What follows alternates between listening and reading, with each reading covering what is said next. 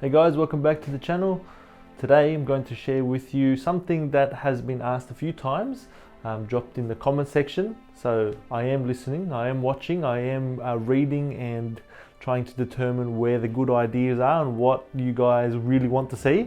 So today what we're going to do is we're going to go through a real life Azure project lifecycle. So I'm going to take you through the moment of where it starts. So when the idea is sort of thought of and when it is brought to us as a team, and for all the way to when we are actually implementing it and moving into the transition to support.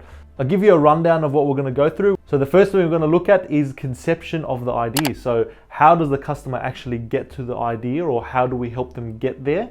Then we're going to go through the pre-sales process. So when we come in as the pre-sales engineers, or as sometimes we bring consultants, sometimes we bring, just depends on what the idea is, but we'll go through the pre-sales process and we'll determine what happens in the pre-sales process and what the whole idea is. Then the scoping process, so how we look at the environment and how we understand what we need to do and what we need to sort of do to get to the target state. Then we're going to go through the quoting process. So that would be usually me doing the work breakdown, so determining how much effort and how much time is required and the duration of the project. So then we'll go through the kickoff. So what happens in the project kickoff, what the idea of the project kickoff is and why it's actually important. And then I'm going to summarize these three, or I'm going to try and condense them because it's quite big. And if you are interested in more, then let me know in the comment section below, because I would like to cover this, but only if it's sort of valuable or only if someone actually wants to hear about it. So we're going to go through the discovery, the design, and the build process. I'm going to try and condense those three. We'll also go through the transition to BAU and the maintenance side of it. So how we go from it being a project into transitioning into BAU and sort of, helping the BAU teams understand any of the maintenance that's required. Okay, so conception of the idea. Well, this can start in many different ways. So sometimes customers come to us and they say, we've thought of this idea, we want to move this into Azure, or we want to stand up this environment in Azure, or we want to, maybe they want to deploy a firewall in Azure, or maybe they just want a second environment, so another IT environment or infrastructure that lives separate to their on-premises environment, just in case they need to move something in there real quick, or if they're running out of capacity on their on-premises environment. It's a great idea for them to have a secondary environment. It's almost like a second data center. Well, it is another data center, but anyway, that's another story. So the moment of conception, sometimes we can guide them there. So sometimes the customer comes to us and they say, we have some budget, we want to know how we should spend it. What are your capabilities and what do you think you can actually help us with? So we'll tell them all the things that we can help them with and how we can actually add value to their environment or to their IT infrastructure by using something like Microsoft Azure. So I'll give you one real life example. So a customer might come to us and say, we actually have a on-premises environment at a data center, but for whatever reason, it is running out of capacity. The shareholders have told us that they don't want to renew that hardware because there's too much maintenance or something like that. And they actually just want to move it to an OpEx model. So something where they pay a monthly subscription and everything's sort of managed for them. That's where we can come in and we can be like, yes, we've done this plenty of times before. We can move these services into this Azure service. We can move this storage into these Azure services, and we'd sort of just go through the very high level sort of understanding during the moment that we're discussing the idea. Then that leads us into the pre-sales. So in pre-sales, usually the customer will have a bunch of questions and we'll have some sort of meeting. Customer might actually bring someone, like they'll bring one of their IT engineers or one of their senior engineers or one of their senior project managers. But usually they'll bring someone who's quite technical, because pre-sales can actually get quite technical. And I find that the projects that actually go the best are the ones that actually have technical resources doing the scoping and having the discussions around the technologies that are going to be used. So pre-sales can be quite broad. We can talk about SLAs, and we can talk about RPO and RTOs, or then we can actually go right down to which size capacity VMs we are using, or what size app gateway we're using. We can really go from a quite broad sort of meeting to a quite detailed meeting very easily. It just depends who's there, so you always have to be prepared. After the pre-sales process, we usually go into what's called the scoping process. So if the customer turns around and says, okay, we want to understand what you can actually do and we want it on paper, Then we will go back and we'll actually go, okay, so this is their current environment. We'll call that the current state. And this is their target state. This is where they want to be. So we might actually end up having some sort of transition state in the middle here. It really depends on the size of the project.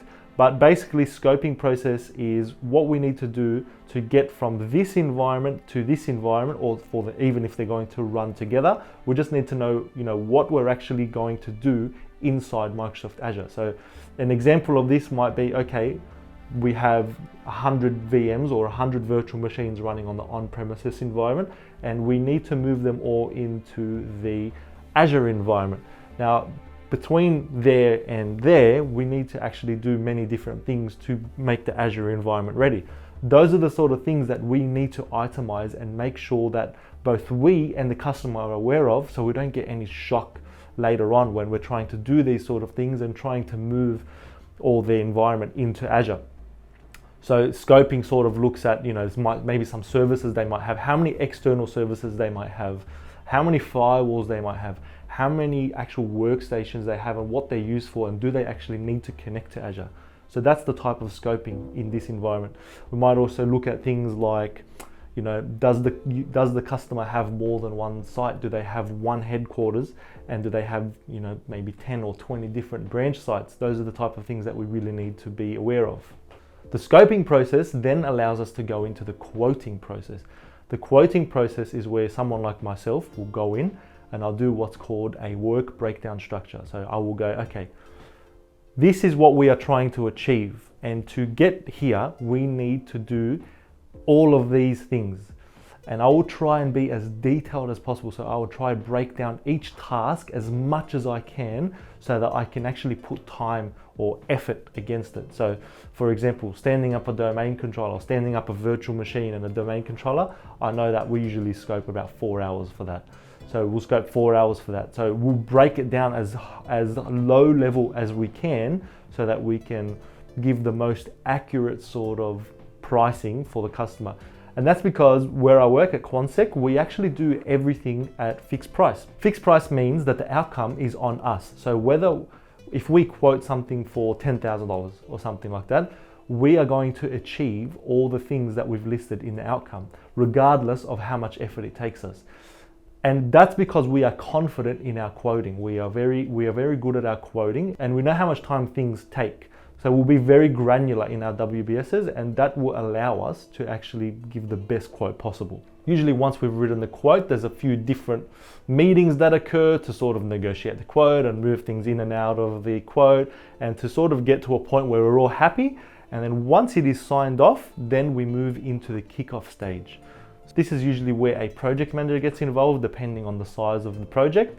But this is usually what something like a project manager will take care of. So they'll take care of the kickoff, they'll organize all the resources, or they'll assign resources to the project to make sure that there's people available to work on the project and to meet certain deadlines, because sometimes with the very large projects, we have very hard deadlines. For example, if a customer is getting out of a current on-premises environment that is hosted somewhere else, then they might have a deadline that they need to get out by before they have to renew for another 12 months or something like that. And that tends to happen a lot because customers usually don't, and it's not their fault, but customers usually don't scope enough time or don't estimate enough time for them to get out of their old environment. It usually takes a lot longer than they think. Even just the paperwork is a lot of work to get out of somewhere. So then we do the kickoff, and in that kickoff, everyone that's involved in the project usually joins that kickoff, and we all get on the same page and we all understand, and any sort of questions or last minute questions happen in there. Usually there's no more scope change within that, because then we need to adjust the quote and we need to adjust the statement of work. But at that stage, then yes, everything is generally agreed on and we will move forward from that point. The next part is the discovery, the design and the build. So those three are actually, there's so much I can talk about when it comes to those three stages, but let's just summarize each one. So the discovery, we often do a discovery before we do the kickoff, but we often do one again after we actually start the project. So what discovery means is that someone like an engineer, like maybe myself or maybe one of my teammates or something like that, will go into the environment. So first thing is that they'll gain access. So they'll get access into the environment and they'll move into the environment and they'll actually go and discover everything. So they'll make sure that everything that we have, all the information and the knowledge that we have about the environment is actually valid and it's still true from the pre-sales stage. So we'll go through and we'll have a look at how many VMs, how much storage, is there, specific security rules that we need to be aware of? Is there any known issues? That's a very important one. So any known issues in the environment, because we need to know if the issue existed before or after we made any changes. And that's just to make sure that we're all on the same page and that we know if there's any issues that need to be resolved prior to moving, the whole environment out of Azure or something like that. The main idea behind discovery is to find any blockers, find anything where we are going to get stuck and we're not going to be able to progress the project any further. And we need to call those things out early and so that we can start working on them early. The next part is design. So depending on the size of the project, or sometimes even depending on the customer, we either do a high level design or a low level design. Sometimes customers want the low level design. They really want to get into the nitty gritty. So like IP addresses, exact versions and build numbers of services we are going to use. And that's fine. Those are usually the customers that have an internal IT team that will manage the environment after us, and they really want to know how everything is going to be built to make sure that it can operate with the rest of their environment, and so that they have a very good understanding of what's being built, because they're the ones that are going to take ownership of maintenance and support after the fact. Then there's other customers that they do want to design, but they want a more of a high level design, and that's because those customers don't really have a massive IT team, or their IT team doesn't really have the skills to understand very intricate details, or doesn't have the need to. We do tend to still try and be as detailed as possible, but the main difference between low level design and detailed design is the cost. So sometimes detailed designs can be 100 pages. So that's going to cost the customer all that time. So we really give the options all the time to make sure that the customer isn't paying for something that they're not going to use, because we're still around anyway, we're not going anywhere.